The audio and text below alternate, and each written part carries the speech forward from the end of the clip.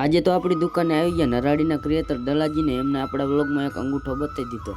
આજે બપોરે હું દુકાને આવ્યો તો આપણી દુકાને આવી ગયા હતા મનીષ અને મનીષભાઈ આપણી દુકાને બેઠા હતા એટલે મનીષભાઈને મેં એક મસ્ત મજાનો અત્યારે જે ટ્રેન્ડિંગમાં ફોટો આલે એ ફોટો બનાવી અને આ મનીષભાઈ આપણી દુકાને આવ્યા હતા કારણ કે એમને એક મસ્ત મજાનો ફોટો બનાવવાનો હતો અને ફ્રેમ કરવાનો હતો। મનીષભાઈ એમને ફોટો બનાવવાનો ઓર્ડર મને આપી દીધો અને મનીષભાઈ આવી ગયા ઘરે ને હવે મને આવતો તો ફૂલ કંટાળો અને થોડીક વાર થતા આપણી દુકાને આવી ગયા નરાડીના ક્રિએટર દલાજી જે આપણા જયેશભાઈના મામા થાય એટલે આપણે પણ મામા નરાડીના ક્રિએટર દલાજી આપણા વ્લોગમાં એક અંગૂઠો બતાવી દીધો અને બધા ઘરે વહી ગયા ને હવે મને આવતો તો કંટાળો। ફાઇનલી મિત્રો સાંજના 4 વાગી ગયા ને હું હજી ઉઠી નીચે જાય કારણ કે મને વિપુલનો ફોન આવ્યો તો કે આપણે જવાનું રણમલપુર ડીઝલ। વિપુલભાઈ તો મોઢે રૂમાલ બાંધીને એકદમ કમ્પ્લીટ હતા પણ આપણી પાસે તો રૂમાલ પણ હું ને વિપુલભાઈ બાઇક લઈને થઈ ગયા હાલતા રણમલપુર બાજુ ડીઝલ ભરાવા। ફાઇનલી મિત્રો અમે પેટ્રોલ પંપે પોગી ગયા ત્યાંથી અમને ડીઝલનું ડબલું ભરી લીધું ને પછી અમે હાલતા થઈ ગયા પાછા ઘર બાજુ। બીજા દિવસે હું સવારમાં મસ્ત મજાનો જાગી ગયો ને આજ તો સવારમાં જ હું ઘરમાં જઈને જોયું તો મારા બા તો બધું ફેંદીને બેઠા। સવારમાં 8 થી 9 વાગી ગયા એટલે આપણી દુકાને ભરતભાઈ ને પિન્ટુભાઈ હતા જેમને આપણે કેમેરો દેવાનો હતો એટલે તાબા ઉપરથી મેં એમને કેમેરો ઉતારી દીધો ને હવે ભરતભાઈ ને પિન્ટુભાઈ જાય છે ઓર્ડર। પછી મિત્રો 10 વાગી ગયા એટલે હું નાઈને મસ્ત મજાનો તૈયાર થઈ ગયો કારણ કે પિન્ટુભાઈ ને જ્યાં ઓર્ડરમાં જવાના અહીંયા જ આપણે જમવા જવાનું હતું। તો ફાઇનલી હવે જમવા જવાનો કાર્યક્રમ આપણે આગળના વ્લોગમાં રાખશું એટલે મળશું હવે કાલના વ્લોગમાં।